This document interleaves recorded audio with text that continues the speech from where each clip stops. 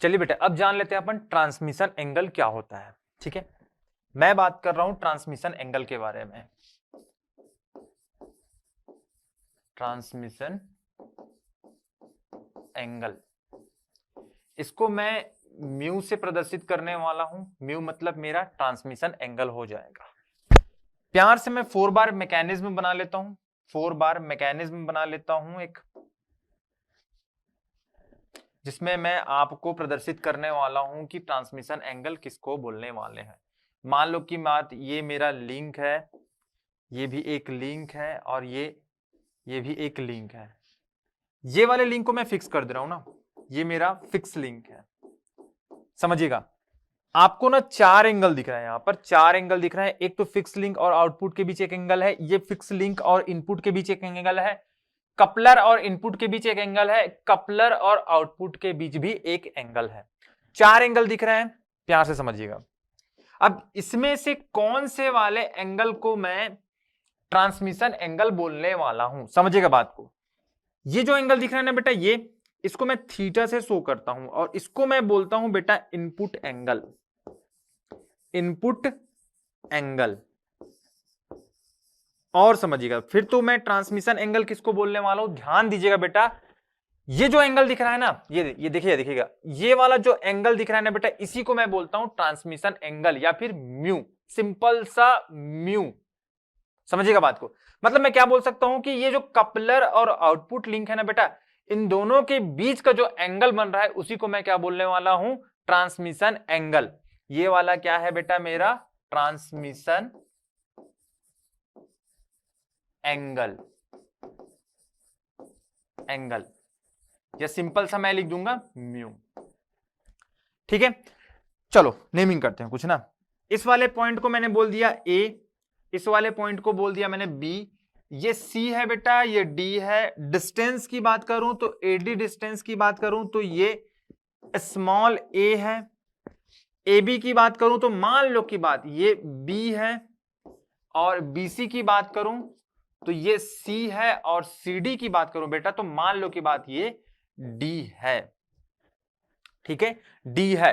Transmission angle कौन सा है बेटा, ध्यान दीजिएगा, यहां पर मैं बात करूं तो एंगल बी सी डी ही मेरा ट्रांसमिशन एंगल है। क्लियर है, यहां तक एकदम क्लियर है, समझिएगा बात को। तो मैं लिख भी लेता हूं कि ट्रांसमिशन एंगल मैं किसको बोलने वाला हूं। सिंपल है बेटा, कुछ नहीं करना है। Angle between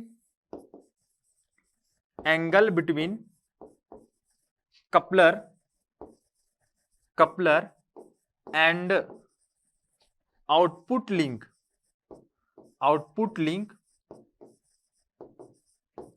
is known as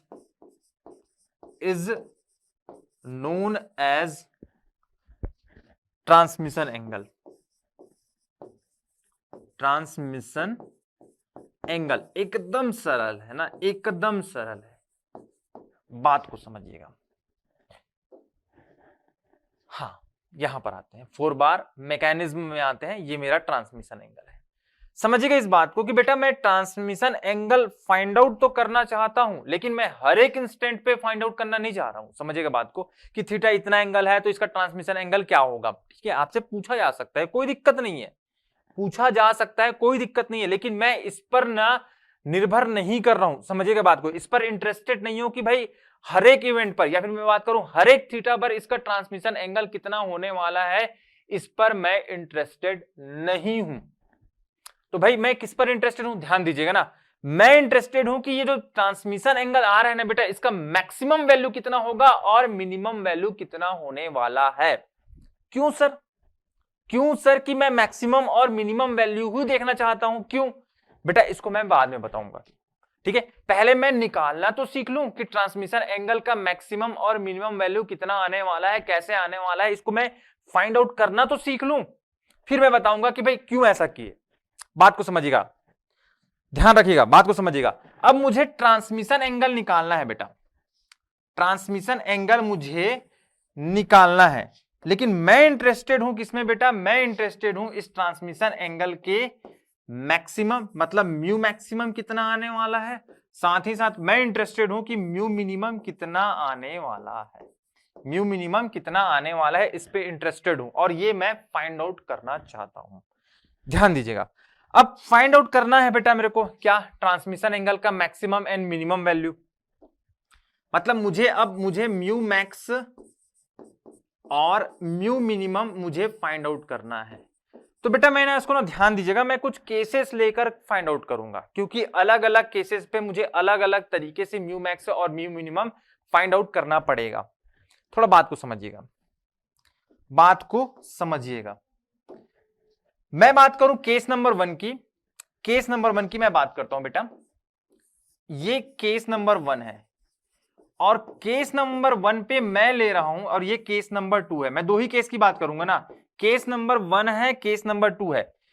case number 1 पे मैं ऐसे मैकेनिज्म को ले रहा हूं, ऐसे मैकेनिज्म पे ले रहा हूं जहां पर आपको एक क्रैंक मिलेगा, एक क्रैंक मिलेगा। मतलब या तो क्रैंक हो सकता है ऐसा मैकेनिज्म, या फिर क्रैंक रॉकर ऐसा मैकेनिज्म हो सकता है। ये वाला जो मैकेनिज्म है इस पर मैं कैसे म्यू मैक्स और म्यू मिनिमम निकालूंगा इस पर बात करूंगा। ये मेरा केस नंबर 1 है। तो सर केस नंबर 2 क्या है? केस नंबर 2 पे ना बेटा आप रॉकर मैकेनिज्म का म्यू मैक्स और म्यू मिनिमम निकालने वाले हो। रॉकर मैकेनिज्म का आप म्यू मैक्स और म्यू मिनिमम निकालने वाले हो। इसमें भी ध्यान दीजिएगा ना, इसमें भी दो केसेस हैं। एक केसेस ये है जब आपका कपलर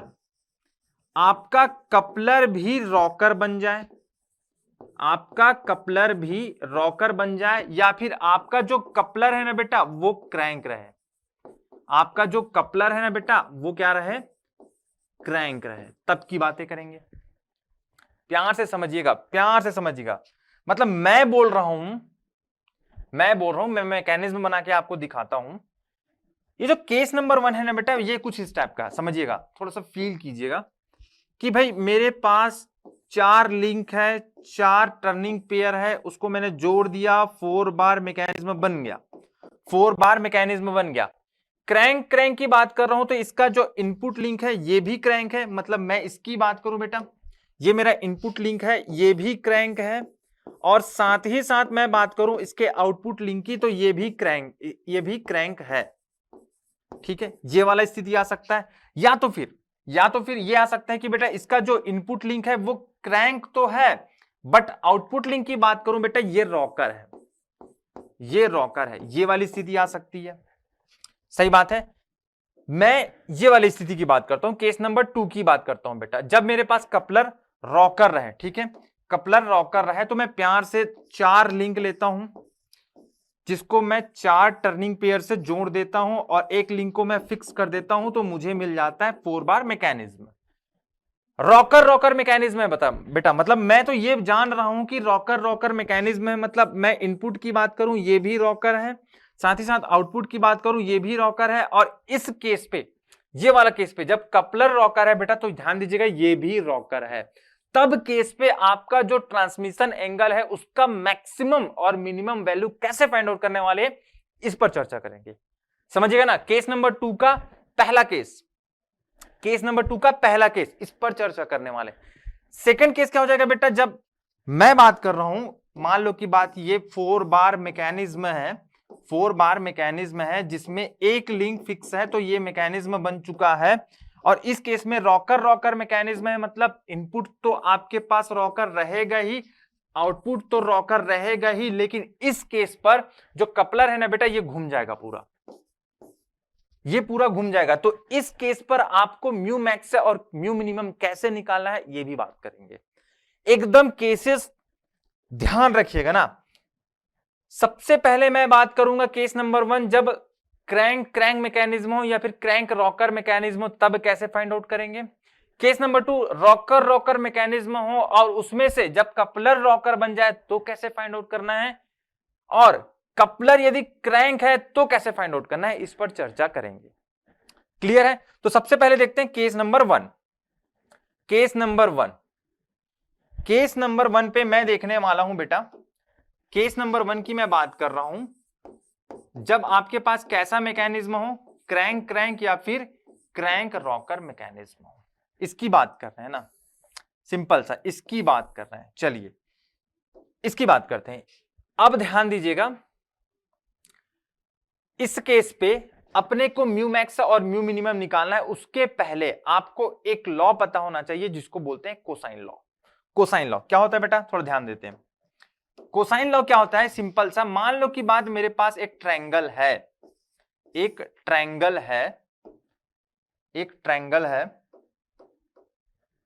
ये मान लो कि बात एक ट्रायंगल है, ये ए पॉइंट है बेटा, ये बी, ये सी, ठीक है। ये इस वाले डिस्टेंस की बात करूं बीसी की, तो ये मान लो कि बात स्मॉल ए है। एसी की बात करूं बेटा तो ये मान लो कि बात स्मॉल बी है, और ए बी की बात करूं बेटा तो मान लो कि बात ये स्मॉल सी है। मैं किसकी बात कर रहा हूं, मैं बात कर रहा हूं कोसाइन लॉ, कोसाइन लॉ की बात कर रहा हूं। तो सिंपल सा कोसाइन लॉ क्या बोलता है बेटा, ध्यान दीजिएगा, मान लो कि बात ये वाले एंगल की बात कर रहा हूं, ये ए है, तो cos A is equal to B square plus C square minus A square upon 2bc। ये होता है बेटा आपके पास कोसाइन लॉ, इसको याद रखिएगा, ठीक है। ये आपको याद रहेगा तब आप निकाल पाओगे कि इस केस पर जो ट्रांसमिशन एंगल है उसका मैक्सिमम और मिनिमम वैल्यू कितना आने वाला है। क्लियर है, चलिए समझते हैं, अब निकालना स्टार्ट करते हैं। कोसाइन लॉ एकदम क्लियर है, अब आगे चलते हैं बेटा। मान लो कि बात आपके पास 4 बार मैकेनिज्म है, मान लो कि बात आपके पास 4 बार मैकेनिज्म है, ये 4 बार मैकेनिज्म है, ये 4 बार मैकेनिज्म है, जिसका एक लिंक तो फिक्स रहेगा बेटा, ये फिक्स लिंक है, ये फिक्स लिंक है, सिंपल सा मैं बात करूं। और मैंने इसमें बताया था आपको कि ये वाला जो एंगल है ये थीटा इनपुट एंगल है। म्यू की बात करूं मतलब ये मेरा ट्रांसमिशन एंगल है। नेमिंग कर लेते हैं, ये ए है बेटा, ये बी है, ये सी है और ये डी है। डिस्टेंस की बात करूं तो एडी आपके पास ये ए डिस्टेंस है, ए डिस्टेंस है। ए बी की बात करूं ये बी डिस्टेंस है, और बीसी की बात करूं बेटा तो ये सी डिस्टेंस है, और सीडी की बात करूं तो ये डी डिस्टेंस है, ठीक है। म्यू का वैल्यू निकालना है, म्यू का मैक्सिमम और मिनिमम वैल्यू निकालना है, ये ध्यान रखिएगा। मैं किसी भी इंस्टेंट पे निकालने की कोशिश नहीं कर रहा हूं, म्यू मैक्स और म्यू मिनिमम निकालने की कोशिश कर रहा हूं। चलिए इसके लिए एक काम करते हैं, बीडी को मिला लेते हैं बेटा, बीडी को मिला लेते हैं, बीडी को बिल्कुल मिला लो। बीडी मैंने मिला लिया, ये बीडी रहा, ठीक है, ये बीडी को मैंने मिला लिया, एक लाइन बन गया। तो मेरे पास 2 ट्रायंगल दिख रहे हैं, 2 त्रिभुज दिख रहे हैं बेटा, ध्यान दीजिएगा, 2 त्रिभुज दिख रहा है। एक तो दिख रहा है मुझे ए बी डी, दूसरा ट्रायंगल मुझे दिख रहा है बी डी सी। 2 ट्रायंगल दिख रहे हैं मुझे, मैं लिख लेता हूं, मुझे ट्रायंगल दिख रहे हैं। ट्रायंगल एक तो दिख रहा है मुझे ए बी डी, और दूसरा ट्रायंगल मुझे दिख रहा है बेटा बी सी डी। चलिए सबसे पहले मैं ना एबीडी पे जाता हूं बेटा, एबीडी पे, एबीडी, ठीक है, एबीडी पे जाता हूं। ये मेरा कुछ इस टाइप का बन रहा है बेटा, ये एबीडी की बात करूं तो एबीडी मेरा कुछ इस टाइप का बन रहा है। ये इसकी बात करूं तो ये ए है, और ये बी है, और ये डी है, ठीक है बेटा, सही बात है। डिस्टेंस की बात करूं तो एडी आपके पास ए डिस्टेंस है, ए बी डिस्टेंस है। ये एंगल की बात करूं तो ये थीटा है, सिंपल सी बात। ये वाले ट्रायंगल पे अपने को कोसाइन लॉ लगाना है। कोसाइन लॉ क्यों बात किया करें, पता चल गया होगा। ये वाले ट्रायंगल पे मैं कोसाइन लॉ लगाता हूं बेटा, तो सिंपल सी बात करूं तो cos theta is equal to मुझे क्या मिल जाएगा, cos theta is equal to क्या, B square plus A square minus जो बीडी है ना, बीडी का स्क्वायर अपॉन 2ba या फिर ए बी, सेम है 2ba। ये मुझे मिल गया कोसाइन लॉ से, सिंपल सा। इसको थोड़ा सा मैं एक्सपांड करूं तो मुझे कुछ इस टाइप का मिलने वाला है। अब गणित खेलने वाला, थोड़ा ध्यान दीजिएगा। 2ba cos theta is equal to, ये मुझे मिलने वाला है बेटा A square plus B square minus BD का स्क्वायर। ठीक है। अब बीडी का स्क्वायर मैं क्या लिख सकता हूं, बीडी का square is equal to simple सा हो जाएगा बेटा A square plus B square minus 2ab cos theta. प्यार से इसको ना इक्वेशन नंबर 1 बोल दो, इक्वेशन नंबर 1 बोल दो इसको प्यार से। क्लियर है, इसका रोल खत्म, ए बीडी का रोल खत्म, ए बीडी का रोल खत्म। बात करते हैं बेटा सेकंड ट्रायंगल। सेकंड ट्रायंगल कौन सा है, मैं बात करूं बेटा तो कौन सा मुझे मिल रहा है, सी डी बी। ठीक है, सी डी बी, इसकी बात करते हैं ना, इसकी बात करते हैं। ये ट्रायंगल किस टाइप का है, थोड़ा ध्यान दीजिएगा। ट्रायंगल की मैं बात कर रहा हूं तो कुछ इस टाइप का है,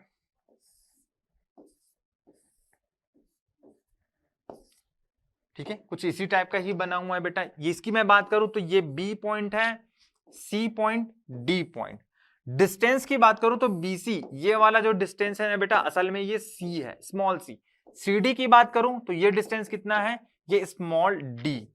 ये वाले एंगल, ये वाले एंगल, यही तो मेरा ना बेटा ट्रांसमिशन एंगल, म्यू म्यू, यही है मेरा ट्रांसमिशन एंगल। इस पे बात कर रहे हैं ना। फिर से मुझे ट्रायंगल दिख गया, कौन सा, बीसीडी। बीसीडी मुझे फिर से एक ट्रायंगल दिख गया, मैं कोसाइन लॉ लगा दूंगा, कोसाइन लॉ मैं लगा दूंगा। कोसाइन लॉ की बात करूं तो मुझे सिंपल सा मिल जाएगा बेटा cos mu is equal to, cos mu is equal to C square plus D square minus BD square, BD square upon 2cd। ठीक है, थोड़ा सा इसको एक्सपांड कर देते हैं, गणित गणित खेलते हैं प्यार से। चलिए इसको और आगे मैं लिख सकता हूं 2cd cos mu is equal to C square plus D square minus BD square. ठीक है, फिर से मैं ले आता हूं BD square, BD square is equal to क्या, C square plus D square minus 2cd cos mu, cos mu. इसको प्यार से ना बेटा इक्वेशन नंबर 2 बोल दो, 2 बोल दो। इक्वेशन नंबर 1 देखिएगा, इक्वेशन नंबर 1 देखिएगा कहां पर है, हाँ ये है, BD square equal to A square plus B square minus 2b cos theta, BD square equal to C square plus D square minus 2cd cos mu. दोनों सेम है, बीडी स्क्वायर दोनों में है, बीडी स्क्वायर मैं left hand side की बात करूं तो दोनों साइड बीडी स्क्वायर है, तो मैं इसको इक्वल कर सकता हूं। ठीक है, मैं इसको इक्वल कर सकता हूं, लिख लेता हूं बेटा, from equation 1 and 2 we can write क्या बेटा, वी कैन राइट क्या, देख लेते हैं। वी कैन राइट क्या कि A square plus B square minus 2ab cos theta is equal to C square plus D square minus 2cd cos mu. प्यार से ऐसा अपन लिख सकते हैं, सही बात है। अब समझिएगा ना बेटा, अब थोड़ा सा समझिएगा, यहां से समझिएगा। अब ये वाले रिलेशन से अपने को जो म्यू का मैक्सिमम और मिनिमम वैल्यू फाइंड आउट करना है। ठीक है, समझिएगा इस बात को। मैं इस 4 बार मैकेनिज्म की बात करूं, कहां है मेरा 4 बार मैकेनिज्म, ये वाला है। इस 4 बार मैकेनिज्म की बात करूं तो मेरा जो इनपुट लिंक है ना बेटा वो ये ए बी है, ए बी है। इसी को मैं घुमाता हूं किसी मोटर की सहायता से और मेरे को आउटपुट मिलता है ये सीडी लिंक से।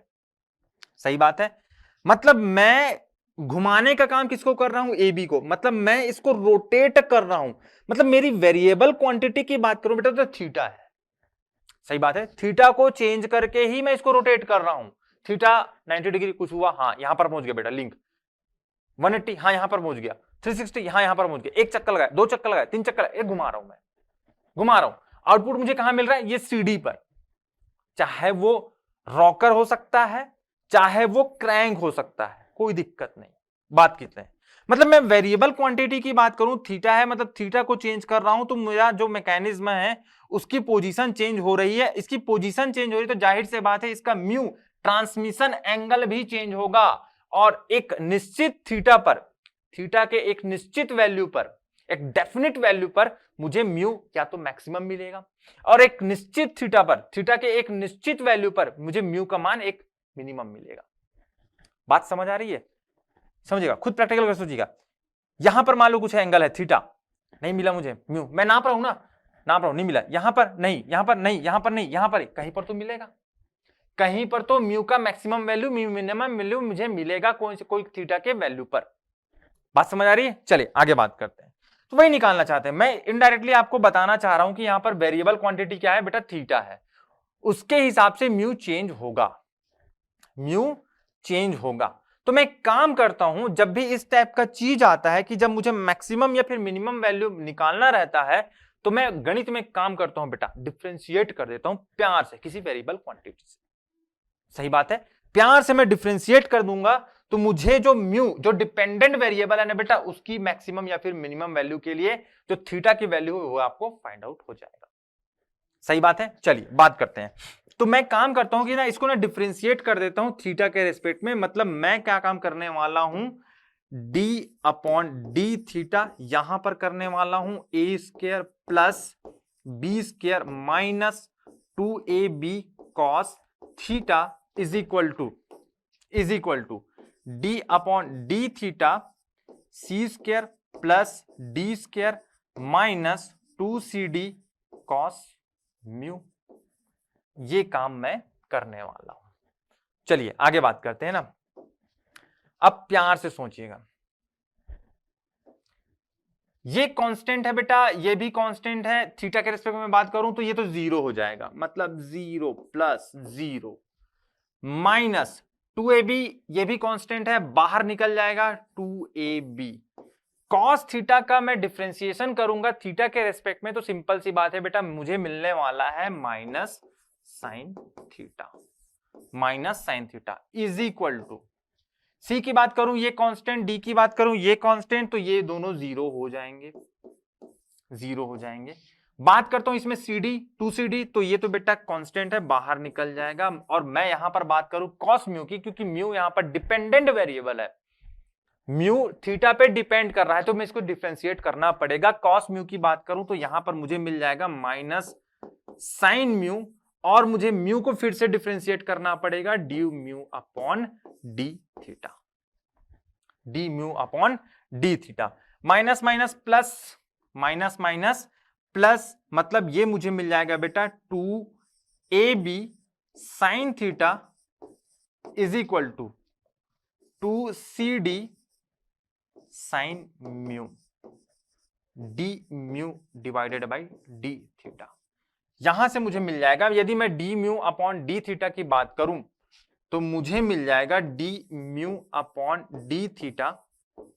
इसकी बात करूं तो मुझे मिलने वाला है A B upon C D sine theta upon sine mu. सही बात है, साइन म्यू, ये मुझे मिलने वाला है। अब मुझे म्यू का मैक्सिमम या फिर मिनिमम वैल्यू फाइंड आउट करना है, म्यू का मैक्सिमम वैल्यू मुझे फाइंड आउट करना है या फिर मिनिमम वैल्यू मुझे फाइंड आउट करना है। तो मुझे कुछ नहीं करना पड़ेगा, सिंपल सा है बेटा, ये जो मुझे वैल्यू मिला है ना, इसके इज इक्वल टू 0 करना पड़ेगा। यहां से मुझे एक चीज देखना पड़ेगा कि बेटा ये 0 कब आने वाला है, मैं थीटा का ऐसा क्या वैल्यू रखने वाला हूं कि मुझे 0 आने वाला है, या फिर ऐसा बोलूं कि राइट हैंड साइड में मैं ऐसा क्या काम करूं कि ये वैल्यू 0 आ जाए। तो वहां से समझिएगा, थीटा के ऐसे वैल्यू के लिए मेरा जो म्यू का जो वैल्यू रहेगा ना बेटा, या तो वो मैक्सिमम रहेगा या फिर मिनिमम रहेगा, दोनों हो सकते हैं, दोनों हो सकते हैं। समझिएगा इस बात को, राइट हैंड साइड पे मैं थीटा का ऐसा क्या वैल्यू रखूं या फिर मैं ऐसा क्या वैल्यू रखूं कि जो मेरा D mu upon D theta है ना बेटा, ये 0 हो जाए। ऐसा कुछ काम करने वाले, ऐसा कुछ काम करने वाले हैं। खुद गौर कीजिएगा बेटा, अपना खुद गौर कीजिएगा कि मैं मान लो कि बात करूं A B upon C D की, क्या ये कभी 0 हो सकता है? ये 0 हो सकता है, ये 0 कभी नहीं हो सकता, ये 0 कभी नहीं हो सकता। तो बेटा इसके वैल्यू को 0 होने के लिए सिंपल सा मुझे एक ही चीज दिख रहा है, एक ही चीज दिख रहा है कि भाई ये जो साइन थीटा का वैल्यू है ना, साइन थीटा का वैल्यू ये इज इक्वल टू 0 हो जाए, ये इज इक्वल टू 0 हो जाए, यही चीज दिख रहा है बेटा, और कुछ नहीं। ये क्या क्यों किया, ये समझ आना चाहिए ना बेटा। ये क्यों किए ये समझ आना चाहिए। फॉर मैक्सिमम और मिनिमम वैल्यू ऑफ म्यू, इसके लिए किए। ठीक है, जीरो क्यों किए, अपने को म्यू का मैक्सिमम या फिर मिनिमम वैल्यू निकालना है, इसके लिए किया है। और इसके लिए मुझे एक ही दिख रहा है बेटा कि मान लो कि बात sine theta is equal to 0 हो जाए तो ये D mu upon D theta is equal to 0 हो जाएगा। सही बात है। थोड़ा गौर करते हैं कि भाई जो sine theta is equal to 0 है, मतलब ये sine theta is equal to 0 कब होगा, थीटा के ऐसे कौन से वैल्यू पर 0 होगा। तो मैं थीटा की बात करूं बेटा तो एक तो 0 पर हो सकता है, दूसरा पाई पर हो सकता है, तीसरा 2 पाई। सही बात है ना, इधर आगे बढ़ते जाएगा, इधर आगे बढ़ते जाएगा। अब समझिएगा ना, 0 अब समझिएगा, खुद समझिएगा बेटा। मान लो कि बात ये मेरा 4 बार मैकेनिज्म है, 4 बार मैकेनिज्म है, थीटा ये है, थीटा इज इक्वल टू 0, मतलब बेटा ये जो लिंक है ना, ये वाला लिंक इसके ऊपर ही है। थीटा इज इक्वल टू 0 मतलब इसके ऊपर ही है। अब मैं थीटा को बढ़ाते गया बढ़ाते गया बढ़ाते गया, थीटा को बढ़ाते गया और यहां पर ले आया 180 पर, तो यहां पर मेरा ये जो इनपुट लिंक है ना यहां पर आ जाएगा। फिर मैं बढ़ाते गया और मैं पहुंच गया 2 पाई पर, 2 पाई पर मैं पहुंच गया। सही बात है, 2 पाई पर पहुंच गया मतलब मैं फिर से वही 0 वाले पोजीशन पे आ गया हूं। मतलब मैं इस पर बात करूं बेटा 0 और 2 पाई की, तो ये दोनों सेम टाइप के हैं। ठीक है, 2 पाई कब आएगा, पूरा एक चक्कर लगा लेगा तब यहां पर आएगा, लेकिन वो तो थीटा इज इक्वल टू 0 के बराबर ही है। बात सही है ना। मतलब मैं बात करूं बेटा कि ये दोनों वैल्यू 0 और पाई, इन्हीं दोनों वैल्यू पर मुझे मैक्सिमम या फिर मिनिमम मिलने वाला है। मैक्सिमम या फिर मिनिमम वैल्यू मिलने वाला है किसका बेटा, ऑफ म्यू का। मैक्सिमम या फिर मिनिमम वैल्यू मिलने वाला है म्यू का, एकदम सिंपल है, समझिएगा इस बात को। अब खुद सोचते हैं ना, अब इधर थोड़ा सा कॉमन सेंस लगाते हैं कि बेटा कब मैं यदि 0 रखूंगा तो क्या मेरा मैक्सिमम वैल्यू मिलने वाला है म्यू का या फिर मिनिमम वैल्यू मिलने वाला है म्यू का, थोड़ा सा देखते हैं। चलिए बात करते हैं इस पर। मान लो की बात 2 कंडीशन में बना रहा हूं ना, 2 कंडीशन मैं बना रहा हूं 4 बार मैकेनिज्म का। जब थीटा इज इक्वल टू 0 है तब की मैं बात कर रहा हूं। ठीक है,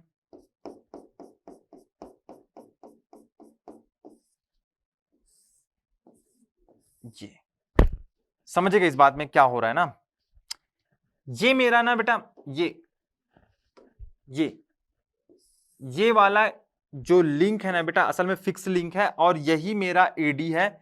बात करूं लेंथ में तो ए है। उसके बाद जो इनपुट लिंक यहां पर था ना बेटा वो असल में इसके ऊपर चले गया है, इसके ऊपर चले गया। मतलब ये वाली लेंथ की मैं बात करूं बेटा तो ये कितना है बी। अब ये कपलर है, ये असल में कपलर है। ये जो दिख रहा है ना, ये देखो ये ए पॉइंट है, ये डी पॉइंट है, मैंने बता दिया है। ये वाला जो पॉइंट है ना बेटा ये बी है, और बीसी की बात करूं ये कपलर है। इस वाले लेंथ की बात करूं ये कितना है, ये सी है, और सीडी की बात करूं तो ये लेंथ कितना है, डी है। सिंपल है।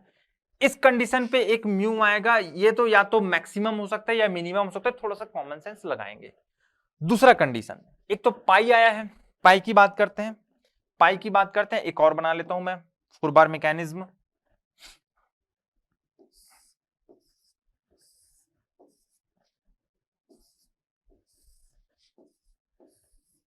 ठीक है,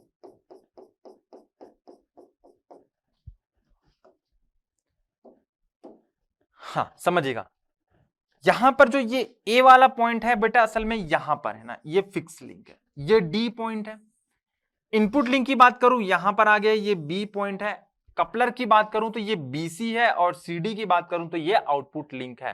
खुद सोचिए ना बेटा, यहां पर मैं एंगल की बात करूं तो देखिएगा ये फिक्स लिंक और इनपुट लिंक के बीच का जो एंगल है ये थीटा इज इक्वल टू 0 है। यहां पर देखिएगा फिक्स लिंक और इनपुट लिंक के बीच का जो एंगल है ये वाला, ये कितना है, ये 180 है। या फिर पाई की बात करते हैं तो यहां से मुझे क्यू कुछ म्यू का वैल्यू मिलेगा जो कि मैक्सिमम या फिर मिनिमम हो सकता है। यहां तक क्लियर है। चलिए अब खुद कॉमन सेंस लगाइएगा बेटा खुद कॉमन सेंस लगाइएगा। इन दोनों एंगल की बात करूं, ये वाले म्यू और ये वाले म्यू, तो इसमें कौन मिनिमम है कौन मैक्सिमम है? तो साफ साफ आपको दिख रहा होगा बेटा कि मैं मान लो कि बात इस वाले म्यू की बात करूं तो ये असल में म्यू का मिनिमम वैल्यू है, म्यू का मिनिमम वैल्यू है। और यहां पर मैं बात करूं बेटा तो ये वाला जो म्यू है ना, ये ट्रांसमिशन एंगल का मैक्सिमम वैल्यू है, मैक्सिमम वैल्यू है। क्लियर है? मैक्सिमम वैल्यू है। मतलब मैं ऐसा लिख सकता हूं क्या? समझिएगा, मैं ऐसा लिख सकता हूं क्या? मान लो की बात आपके पास एक तरफ मैं लिखूं इनपुट एंगल, इनपुट एंगल मतलब क्या? थीटा, इनपुट एंगल ये थीटा है बेटा, और यहां पर मैं लिखूं transmission angle, transmission angle, transmission angle मतलब क्या? Mu, mu. तो सबसे पहला कंडीशन ये आता है कि मान लो कि बात आपके पास जो इनपुट एंगल है, इनपुट एंगल है, यदि वो थीटा इज इक्वल टू 0 है तो आपके पास जो म्यू है ना बेटा, म्यू, वो म्यू ना क्या हो जाएगा? Mu minimum. जो म्यू मुझे मिलने वाला है वो असल में मिनिमम वैल्यू है ट्रांसमिशन एंगल का। और सेकंड कंडीशन आपको ये मिल गया कि मान लो कि बात input angle theta is equal to pi मिल गया बेटा, तो इस केस पे जो मुझे ट्रांसमिशन एंगल म्यू मिलने वाला है असल में वो ट्रांसमिशन एंगल का मैक्सिमम वैल्यू होने वाला है। कौन से केस में? केस नंबर 1, जब आपके पास मैकेनिज्म कैसा हो? क्रैंक रॉकर या फिर डबल क्रैंक मैकेनिज्म हो। एकदम क्लियर है? यहां तक एकदम क्लियर है?